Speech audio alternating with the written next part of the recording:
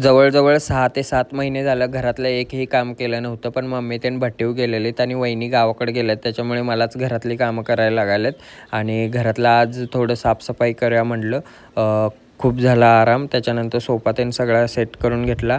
Amol भैयाचा phone आलेला, गाडी भाड्याला जाणार आहे म्हणून थोडं पाणी मारलं गाडीवर आणि वेदूला उठवलं, कारण गण्या आलेला वेदूला उठवायला. शाळेतनं आल्यावर तो डायरेक्ट झोपलेला, आज लवकर उठलेला म्हणून. आणि ही दोघं बघा, आज पण तब्येत जरा ठीक नव्हती, काहीतरी वेगळं खायची इच्छा झालेली म्हणून कस्टर्ड बनवूया म्हणलं, टोस्ट कस्टर्ड.